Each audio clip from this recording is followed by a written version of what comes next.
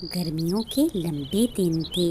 ऐसे में एक गाय अकेली ही चली जा रही थी।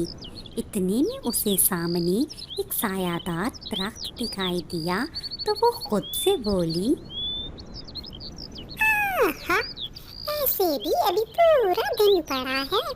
ऐसे करती हूँ, यहाँ थोड़ा सा आराम कर लेती हूँ। ऐसे भी चल चल कर पूरा शरीर दुखने लगा है। भला ऐसे शरीर का फायदा ही क्या, जो हर वक्त दुखता रहे। इससे तो बेहतर था कि मेरे पास कुछ शरीर ही ना होता। ये कहकर वो दरख्त के साए में आराम करने लगी। खूब आराम करने के बाद जब वो वहाँ से जाने लगी तो उस दरख्त की जानिब देखते हुए बोली, भला ऐसे दरख्त का फायदा ही क्या, जिसके साथ कोई फल ना हो। इससे तो बेहतर है इस दरख्त को काट कर फेंक दिया जाए। ये कहते ही वो वहाँ से चल दी।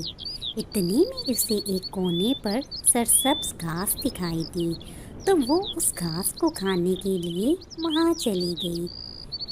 ठीक भर कर घास खाने के बाद उसने सोचा, हाय हाय, इस घास को खाने के बाद भी मुझे जरा एनर्जी नहीं मिली।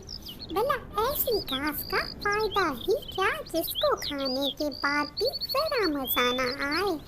ऐसे लगता है जैसे कोई भूसा खा लिया हो।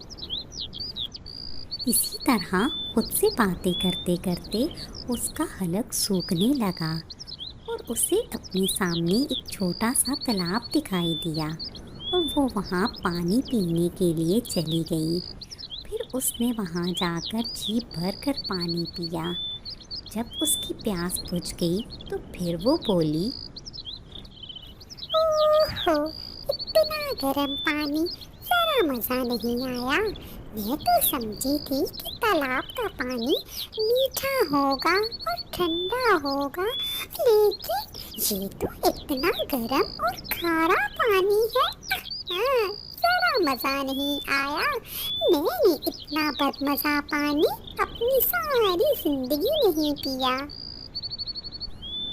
गर्मी बहुत ज़्यादा थी और बिना साए के खड़े होना महाल था। ऐसे में उसे पानी मिलने पर शुक्र अदा करना चाहिए था, लेकिन वो बुरे बुरे मुंह बनाती रही। फिर उसे ख्याल आया, ऐसे भी इस खारे पानी का कोई फायदा नहीं। ऐसा करती हूँ, इसमें थोड़ा बहुत नहा लेती हूँ। तालाब जादुई था और काफ़ी देर से नाशुक्री गाय की बातें सुन रहा था।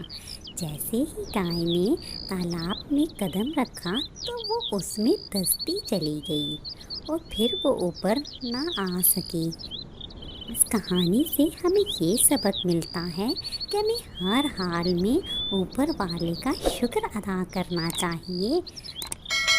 नेमतें हमें मिली हुई हैं, उनकी कदर करनी चाहिए।